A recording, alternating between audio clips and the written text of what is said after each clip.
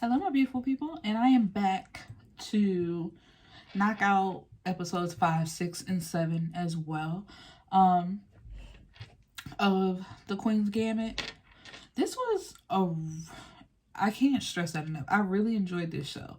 I hope they put like another show similar to this or something in the realm of this on Netflix again because I really enjoyed it. But okay, so now we're on episode 5, which is called Fork. And I don't know if that's a term for chess that they use in chess. Because again, even though I really like this show, I still can't tell you nothing about chess. But I did like watching it. And so, like I said in the last review, Beth is all alone now. And that sends her spiraling. She's drinking, doing her pills, and I don't even think she's playing chess. Like, she's really just at the house all alone. Beltic, who is one of the players that she played earlier, I think when she was still like 9 or 10, and he was in high school and he was like the best one and she beat him. He calls to give his condolences about her losing to Borgov, not even losing Alma. It's just like, I heard you lost. And then he also offers to train her, which he said, but I found it ironic. I'm like, didn't I beat you when I was a little kid? What could you offer me? You know what I mean? And but she tells him, to come over and she'll let him train her. And they go over all her old games. He gives her books to read, in which like half of them she already read, but then he tells her, you also need to stop playing off of emotion. Even though she does like study, but when it's time to actually play the game, it's a lot of her looking at the other player, and then when she realizes that they're playing better than her or making better moves than she is very emotional. So it's just like, stop that, actually focus on the game, get your head in the game. And we can see that he feels something for her. He's attracted to her. He likes Beth, but to me it's also kind of weird because it's just like, I don't want to say that, but it's just like, were you attracted to her as a kid, or are you seeing that she's all grown up? Because he did mention that, like, what happened to the little scrawny kid, but now she's not that. But it's just like, kinda she is, because Beth's body really didn't change. She got taller, but she really still, is supposed to look the same, because she still looks like that little girl.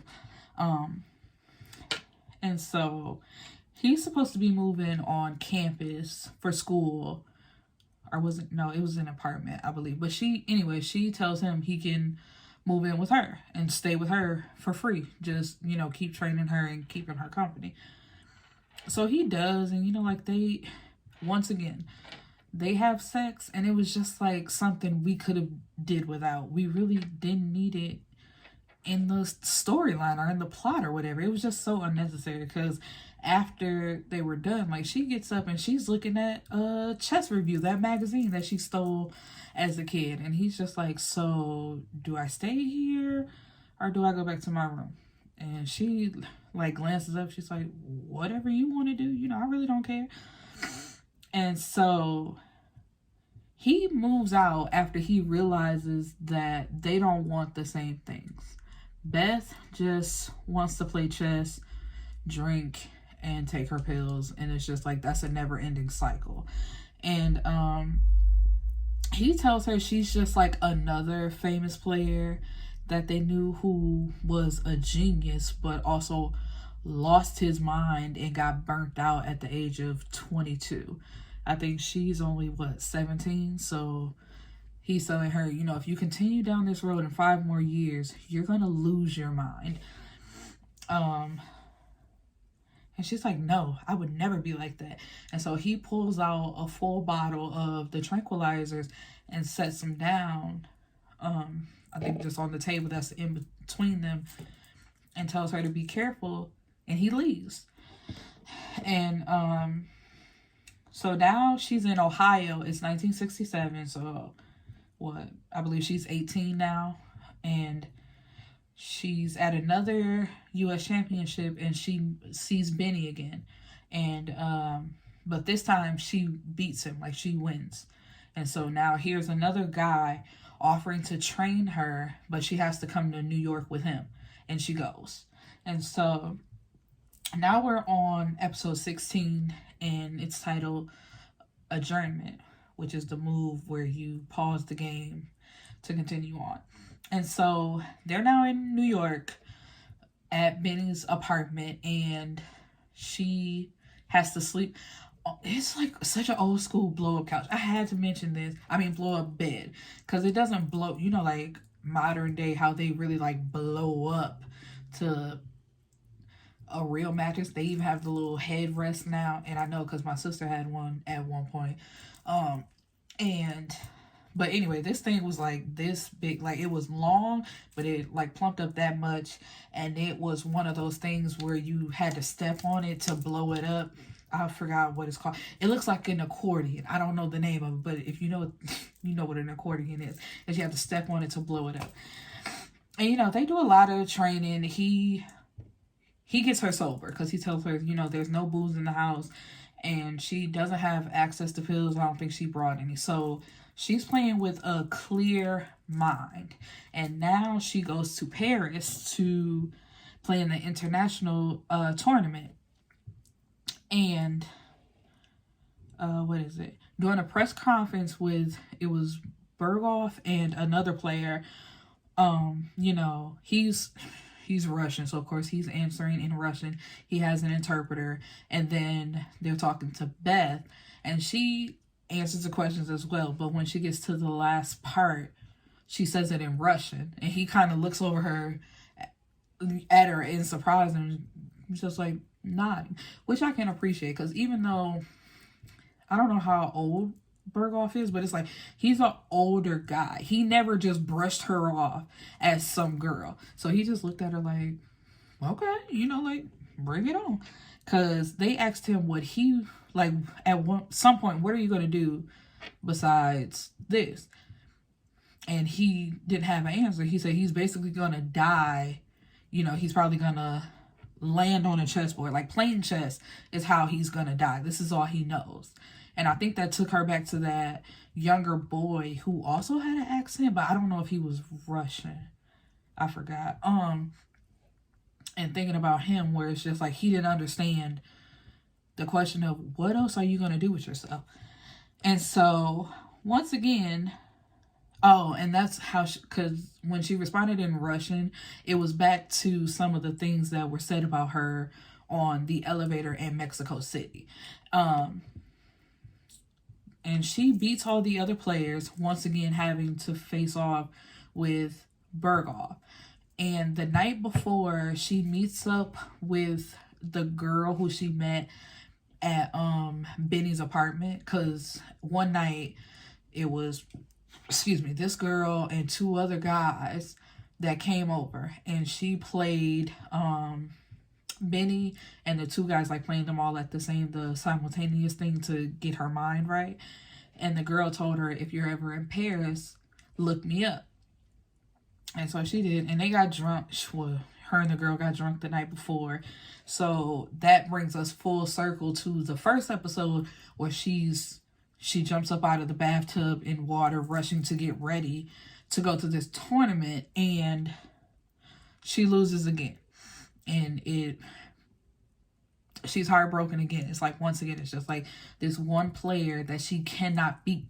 And so when she gets back home, she's met with Austin and an attorney. And when she gets home, her lawyer calls her, telling her that Austin refuses to give over the house. And he wants it back. And she's like, no. So Austin and his attorney, I believe, come over, and he's saying he never said that. He never agreed to sign over the house, and he wants to sell it. And Beth is like, but I'm your kid. And he's like, no, you're not. Alma wanted you. I basically, like Alma wanted to adopt. I never did. You're not my kid. Like, I don't know you. And she's just looking at him, and he can't even look her in the face. He's staring off to the side. Excuse me. And so Beth is like, fine, how much?